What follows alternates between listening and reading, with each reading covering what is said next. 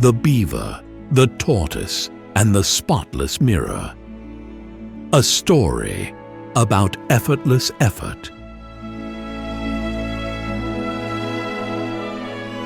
Once, not far from the river's slow bend, there lived a great many beavers. Busy beavers. Beavers with plans. Beavers with lists written in their heads. Beavers who woke up thinking, "What shall we fix today?"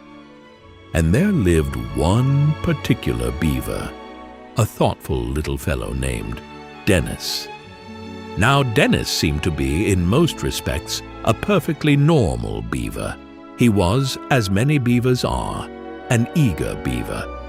This was not a personality flaw. It was a survival strategy. When he learned to cut down a tree, he cut harder.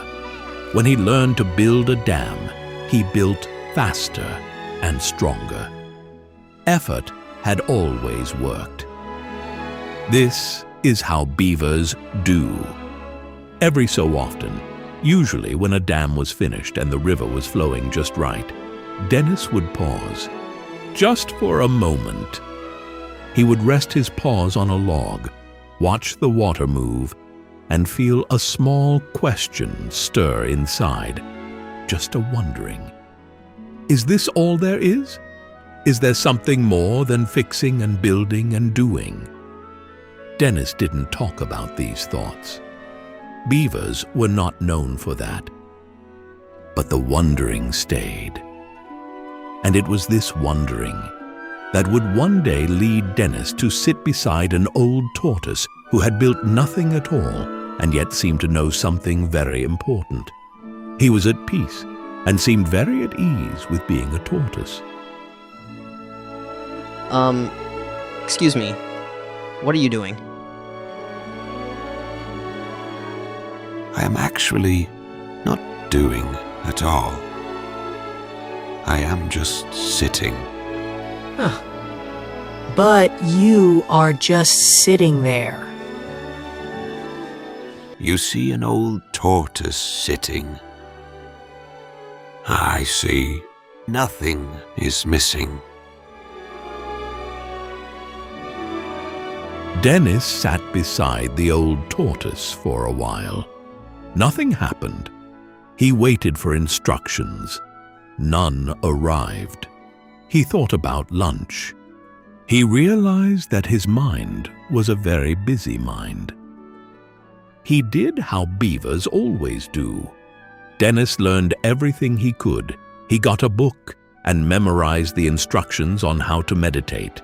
He meditated the way he gnawed, with focus, determination, and a clear plan to get somewhere. Work harder, he thought.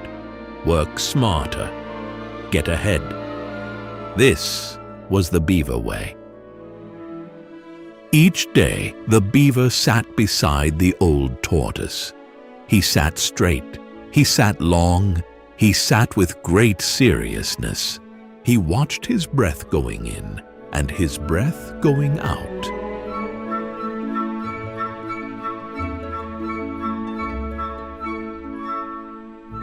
The old tortoise watched him for many days. Tortoises are patient. They do not interrupt effort. They wait until effort gets tired.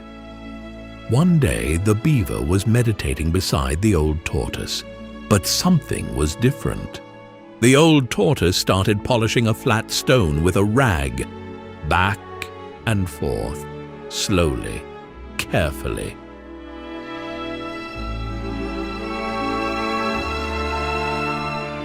What exactly are you doing? I am polishing this stone to make it into a mirror. The beaver paused. He blinked exactly 3 times. He had not trained for this part. No matter how hard you polish it, that stone will never become a mirror.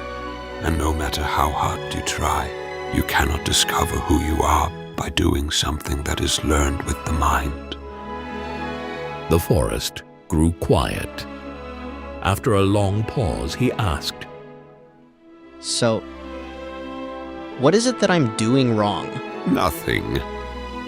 You're just doing meditation the way you chew trees. Meditation is not a task to be completed. It is not a dam to be built. When you bring the doer into meditation, you bring the problems of the mind with you. You bring the past, memories, things that are conditioned and learned. When the meditator disappears, that is true meditation. The beaver took this very seriously. He sat down at once and tried to drop the doer immediately, with great effort. I am still doing. I must stop doing. So he tried to stop trying, which felt suspiciously like trying. The beaver tried very hard to stop trying.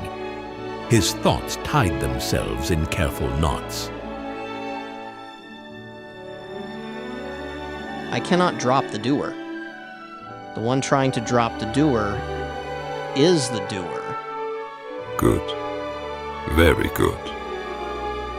In that moment, the beaver noticed something. The mind was confused, but there was an awareness of the mind.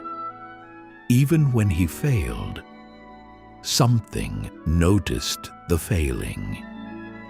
If the mind is struggling, who or what knows the struggle? The mirror of the mind reflected without effort, and the beaver, for the first time, was not polishing himself. He was just sitting, which, as it turns out, was the whole point. He was not doing some activity that could be called meditation, which, of course, is when meditation finally happened.